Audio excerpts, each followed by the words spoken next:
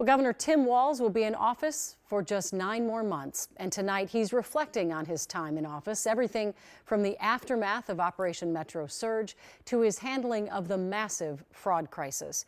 Danny Spiewak brings us our first one-on-one with the governor since he ended his campaign. Danny? Julie, Governor Walz announced the end of his re-election campaign on January 5th. 2 days later, an ICE agent shot and killed Renee Good.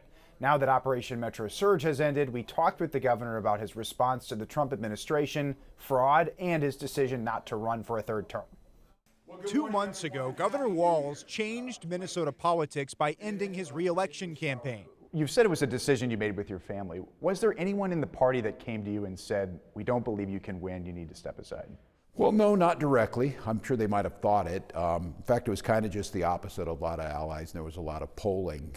But just to be candid, I think going back to summer, especially after Melissa and Mark's murder, I just didn't know how much my heart was in it. The governor has acknowledged that fraud created a distraction for his campaign. There were system failures with the fraud, but the people, the commissioners running these agencies, why didn't you have more firings, more terminations in those early days? Look, these are folks trying to do the work and trying to get a vision into this. Some of it is really, really difficult to see because of the complexity of how they carried out these frauds. There have been changes. Has your administration directly fired or terminated anybody because of lack of oversight with fraud? Well, there's certainly been positions changed. The Minnesota Department of Human Services does have a new commissioner in Shireen Gandhi, but former Commissioner Jody Harpstead stayed on until early 2025, testifying on fraud toward the end of her tenure. There's a lot of rumors of fraud more than there is actual fraud. The former DHS Commissioner Jody Harpstead at one point had said there were more rumors of fraud than actual fraud, and we know that wasn't true. Why did she stay on the job until 2025?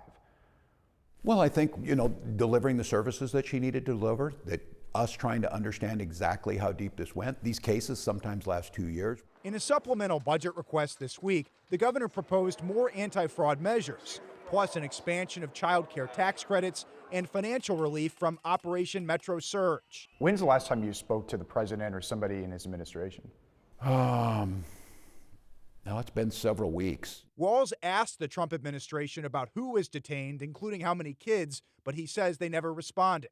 The state is also actively suing the federal government for attempting to withhold Medicaid dollars. This is about retribution against Minnesota, and it's very unfortunate. In his last legislative session this spring, Governor Walz will be working with a divided legislature to try and pass some of his final priorities. After this, he says he has no plans to ever seek elected office again and would like to perhaps teach again someday. You can watch our full interview with Governor Walz on KARE 11 On the Record, streaming on KARE 11 Plus Sunday at 8 a.m.